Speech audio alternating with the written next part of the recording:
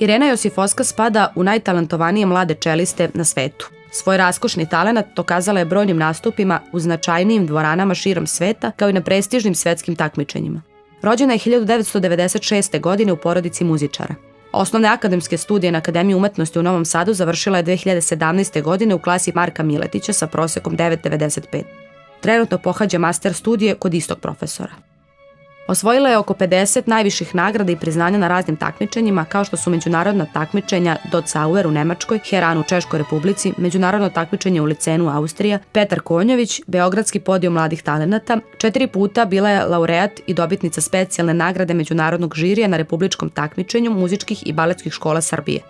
Na velikom konkursu Jeunesse Musicale 2015. godine kao najmlađi učesnik bila je finalista, dobitnik nagrade publike i više specijalnih nagrada.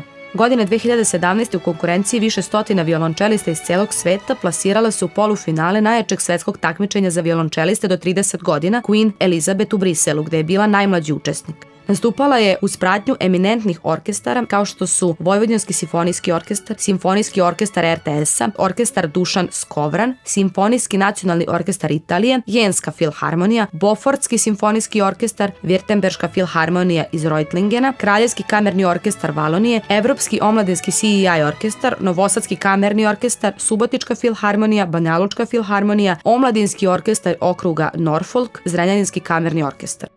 U aprilu 2014. švedska muzička kuća A Records objavila je njen prvi CD, a u septembru iste godine Artlink i Societe Generale Banka takođe su izdale njen CD. Ova nagrada prvenstveno puno znači za mene zato što mnogo mi je bilo drago kad sam čula da sam je dobila, jer je to na neki način dokaz da sav trud i rad se zapravo isplati uvek i uvek ga neko primeti i nagradi.